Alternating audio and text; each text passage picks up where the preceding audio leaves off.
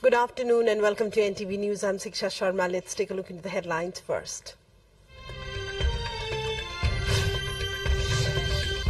Prime Minister Dahal apprising the National Assembly members on his recent visit to India. Deliberations on budgetary allocation underway at the House of Representatives. Thousands being evacuated downstream after a major dam destroyed in southern Ukraine. Both Russia and Ukraine deny their role in the incident. 2 shot to death and 5 left injured during a high school graduation in Virginia. US 19-year-old suspect held under police custody. And top seed Alcaraz to face Djokovic in French Open semi-finals after dominant win over Tsitsipas. Swiatek and Goff set for the rematch of last year's final.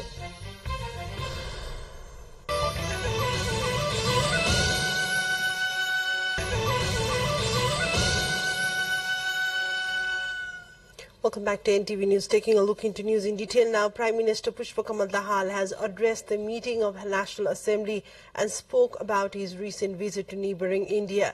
The Prime Minister, while briefing the ongoing meeting of the upper house of the Parliament, has said various agreements have been signed during his visit to India. The visit, as the Prime Minister termed, has been successful in taking the existing Nepal-India ties to a new height. The Prime Minister said bilateral agreements were done on 7 different areas of cooperation, including trade and transit, energy, among others. The Prime Minister further said process started for the tripartite agreement between Nepal, India and Bangladesh on the energy trade. He spoke of the mutual understanding reached with Indian Prime Minister Narendra Modi on measures to be taken ahead of monsoon to prevent possible inundation problem in Nepal-India border areas. Meanwhile, at the zero-hour meeting of the National Assembly, members spoke about the reported involvement of unauthorized person while formulating the budget. Some members also spoke on rising inflation, price hike, road safety tax imposition, among other budgetary headings. Meanwhile, the discussion on the budget for the fiscal year 2023-24 will start from today at the National Assembly.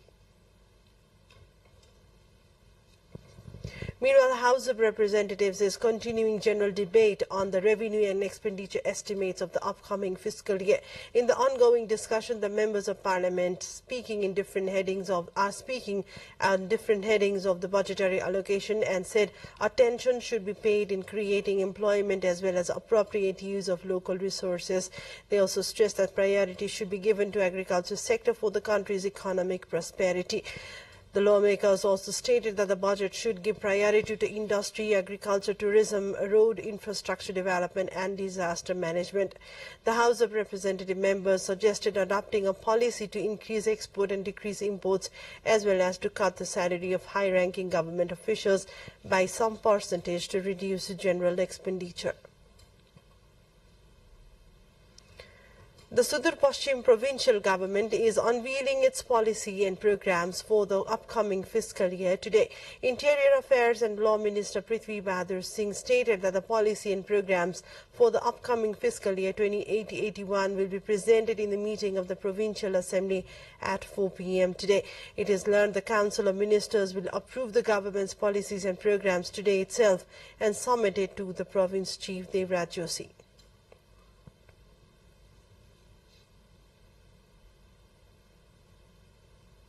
Well, it's time for us to take a short break. More news follows up next. Stay with us.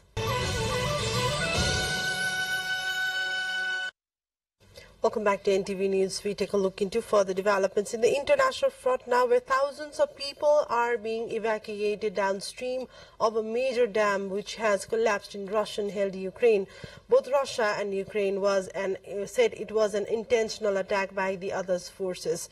Ukraine's President Volodymyr Zelensky said 80 towns and villages may be flooded after the destruction of the dam at Nova Kakhovka, which he blamed on Russia. Water is surging down the Dnipro River and is set to pose a catastrophic flooding risk to the city of Kherson. Russia has denied it destroying the dam which it controls, instead blaming the Ukrainian shelling. The scrambled evacuation by boat and military truck from an island neighborhood of the southern Ukrainian city of Kherson downstream testified to the latest human chaos caused by Russia's war in Ukraine. A man armed with 4 handguns killed 2 people and wounded 5 others when he fired onto a crowd after a high school graduation ceremony in the United States city of Richmond in Virginia. Police said they arrested one suspect, a 19-year-old man, in relation to the shooting on Tuesday near a theater where the graduation ceremony had taken place adjacent to the campus of Virginia Commonwealth University. The suspect fled the scene on foot and was captured in possession of 4 handguns, 3 of which may have been fired, police said, stressing that it was too early in the investigation to be certain. The United Nations General Assembly elected Algeria, Guyana, Sierra Leone, Slovenia and South Korea to the UN Security Council on Tuesday for 2-year terms starting on January 1, 2024, while Belarus, allied with Russia in the invasion of Ukraine, was denied a spot. Algeria, Guyana, Sierra Leone and South Korea ran unopposed for a spot on the 15-member body, which is charged with maintaining international peace and security. In the only competitive race, Slovenia beat out Belarus. The 5 elected nations will replace Albania, Brazil, Gabon, Ghana and the United Arab Emirates.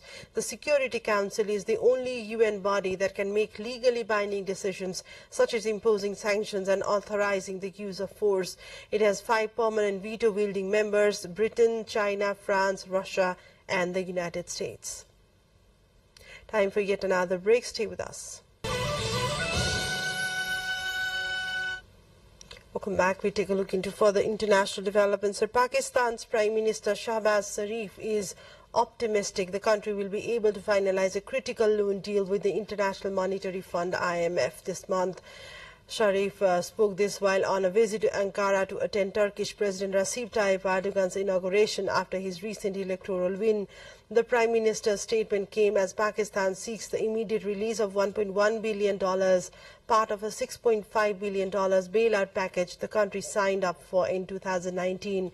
The country is facing an acute balance of payment crisis as it prepares to announce its annual federal budget on June the 9th. High-risk air quality warnings have been issued for millions of people across North America due to ongoing wildfires in Canada. Wildfire smoke has blanketed major cities in Ontario and Quebec, including Toronto and its surrounding areas. The smoke has reached as far as New York City and Connecticut, where air quality has been classified as unhealthy. Much of the smoke is coming from Quebec, where 160 fires are burning. In Toronto and its surrounding areas, the quality of air has been classified as high risk. Time to take a look into what's coming up next.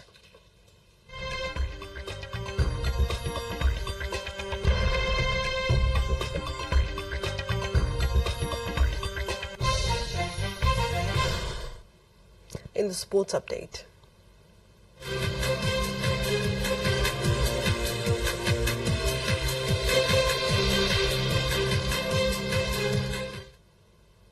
Top seed Carlos Alcaraz will face Novak Djokovic in the French Open semi-finals after crushing Stefanos Tsitsipas to set up the highly anticipated clash. Spain's Alcaraz 21-6-2, 6-1, 7-6 against the Greek 5th seed Sevilla. Djokovic survived a quarter-final scare from Karen Khachanov to keep up his bid for a record 23rd men's Grand Slam singles title alive.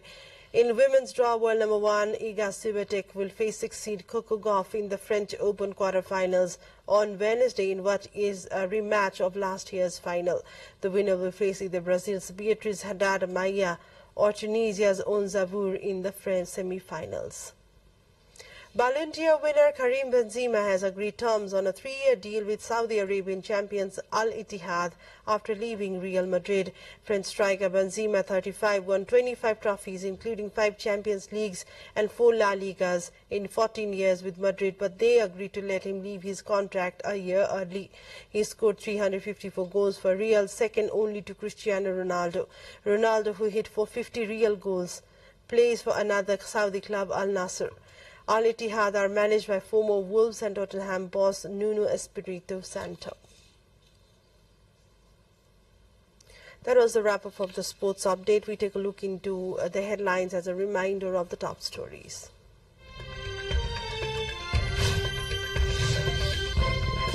Prime Minister Dahala prizes the National Assembly meet on his recent India visit. Deliberations on budgetary allocation underway at House of Representatives. Thousands being evacuated downstream after a major dam destroyed in southern Ukraine. Both Russia and Ukraine deny their role in the incident. 2 shot to death and 5 left injured during a high school graduation in Virginia, US. 19-year-old suspect held under police custody. And top seed Alcaraz to face Djokovic in the French Open semi-finals after a dominant win over Tsitsipas. Swiatek and Goff set for rematch of last year's final. That's all for now. Thank you for watching. Have a great day ahead. Namaste.